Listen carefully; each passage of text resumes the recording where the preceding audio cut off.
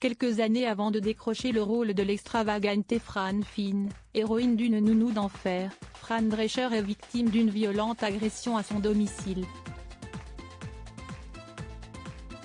Un drame dont l'actrice américaine se souvient auprès de CNN.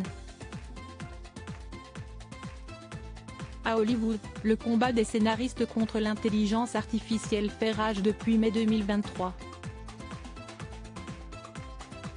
À la tête de ce mouvement historique, Fran Drescher, présidente du syndicat SAG-AFTRA. L'actrice américaine désormais âgée de 65 ans est revenue sur le devant de la scène, pancarte levée contre les studios hollywoodiens. Déterminée à faire entendre la voix des manifestants, l'héroïne d'une nounou d'enfer lance un appel à la grève le 14 juillet dernier. Si nous ne nous levons pas maintenant, nous serons tous en danger, déclare-t-elle notamment.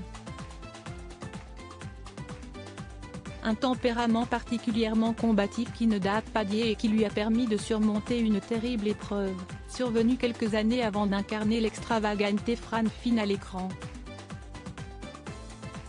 J'ai au moins pu tourner la page un soir de l'année 1985, Fran Drescher dîne avec son époux de l'époque, Peter Mark Jacobson, et une amie. La soirée tourne au drame lorsque deux hommes cagoulés et armés s'introduisent à son domicile. Ils ligotent et bandent les yeux de son mari et violant les deux femmes sous la menace d'une arme. Nous avons été violés par un homme que nous ne connaissions pas.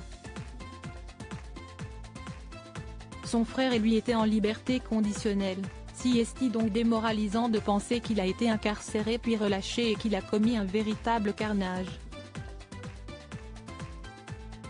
Et je ne suis pas la seule qui l'ait violé, ma copine aussi a été violée alors que Peter était attaché et avait les yeux bandés, se souvient-elle auprès de CNN.